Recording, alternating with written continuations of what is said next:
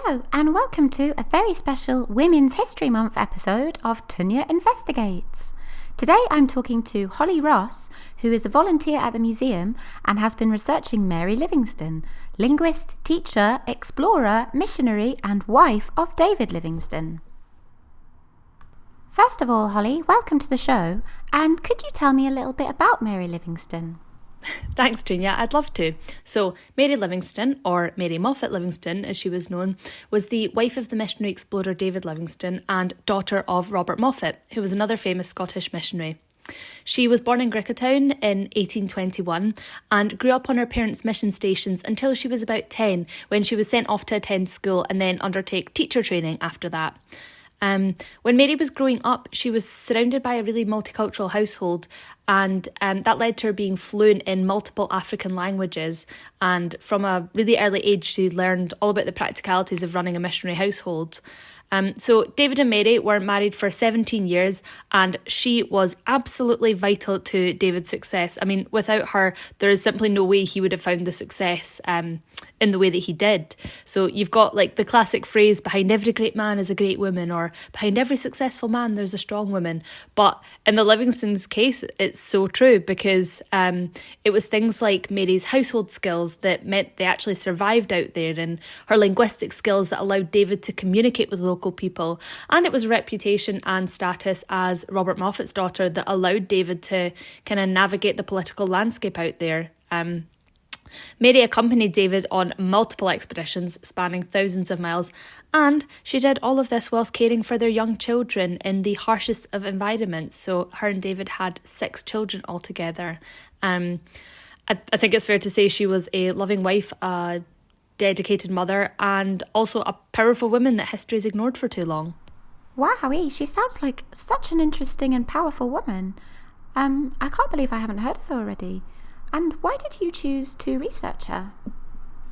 So I've always been interested in women's history because there are just so many examples in the past of women doing amazing things and then their achievements being downplayed or completely overlooked. And so when I began to volunteer with the Birthplace Museum and was looking into Mary and comparing what I was reading to the kind of common narrative about her, I realised some things just weren't adding up. You know, she's really just known to be wife of David, mother of his children, and that's about it. You know, she's a footnote to the story. But when you read things like the fact that during their travels in Africa, David was often referred to and introduced as the husband of Mary, and then the Robert was known as the son of Mary instead of son of David, like you start to think, hold on here, there's more to the story. You know, if her name carried more weight, why do we only ever hear about her as an add-on to David's story? It doesn't make sense. And then also just from the bits and pieces I'd read about her, she was so darn impressive. I mean, she crossed the Kalahari Desert 4 times whilst pregnant. And so I just knew I had to research her further. That's so interesting, Holly. And why do you think the museum has more information about David than it does about Mary? Why isn't it called the Mary Livingstone Museum? I think the main reason that we have more information about David than we do about Mary is because when it comes to David, there's just so much more material to work with. So when we're learning about the past, we rely on what's known as the historical record, which is basically everything that's been documented and written down about events that have occurred. But the story we get from that depends on who was writing the information and what they decided was important enough to record. Now, David himself, he was a prolific writer, which means we know a lot about his life and his experiences from all of the diaries he kept and the hundreds of letters that he wrote. But in comparison, we have very little evidence of Mary's writing, most likely because she was just kept really busy with the kind of daily duties of managing the household and running the school and all of the other tasks she was responsible for. So that's the primary or the first-hand evidence that we're dealing with. And when we look at the secondary sources or what other people wrote about them, we have to think about who was doing the writing and the context that they were writing in. So in this case, it was Victorian men who were the product of a really patriarchal society that had very strict gender roles and kind of expectations about men and women and how they should behave. So men were strong and brave and women were delicate and gentle. And then someone like Mary didn't really fit into either of these expected roles. And so the focus was far more on her husband and all the things David achieved, whilst ignoring Mary's vital contributions. So that's what we have to rely on, unfortunately. People in the past decided to record what they thought was important. And back then, people thought David was a lot more interesting than his wife. And so that's what we have to work with. We have more information about David than we do about Mary. So I'd say that's why it's our job working in the museum to try and look back through the historical record and pick out all of the bits of information we can about her, and then put the pieces together to get the real story of Mary, because once you do that, you find that she really does have an incredible story to share of her own. She certainly does. And what do you find most interesting about her personally? So I think the most interesting thing about her is probably just how talented she was. I mean, Mary Livingstone was a total jack of all trades. As we've touched on already, history's done a real disservice to her by making her seem like she was just David's wife, a wee stay-at-home mum whilst he was off on his travels, because in actual fact, she was the rock who really held down the fort when they were living out in these harsh conditions at their mission stations.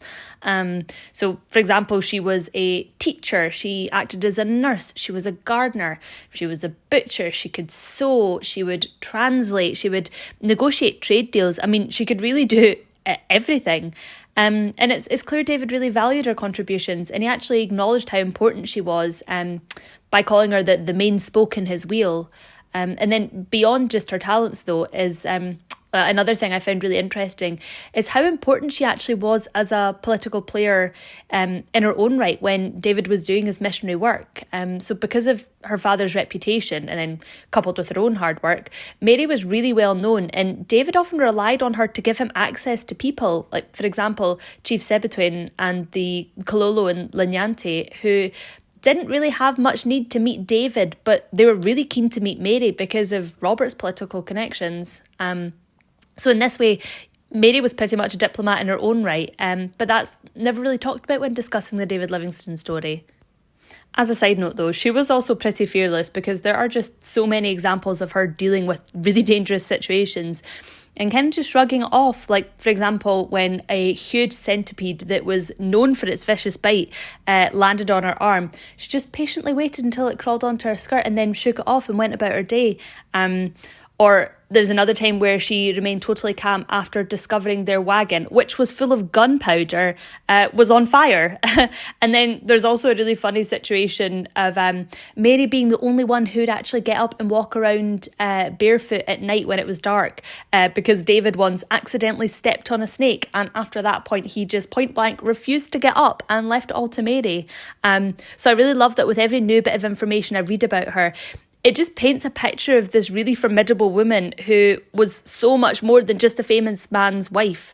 And I love that now we have the opportunity to talk about her and to celebrate her. And I guess that's what Women's History Month is all about, isn't it? So, you got to know Mary pretty well, Holly, with all of your research. I'm wondering how you would describe her in 3 words if you had to sum her up. 3 words to describe Mary. I'd have to say the first one, resilient, because if there's one thing we can take from her story is that she just simply did not give up no matter the amount of adversity she faced, whether it was out on expeditions or when she was kind of struggling back in the UK whilst being separated from David. She just kept carrying on, which is really impressive. So resilient, important. Mary was so important. She was literally the cornerstone of David's success. And without her, we wouldn't have the David Livingstone that we all know of. So yes, number 2, important.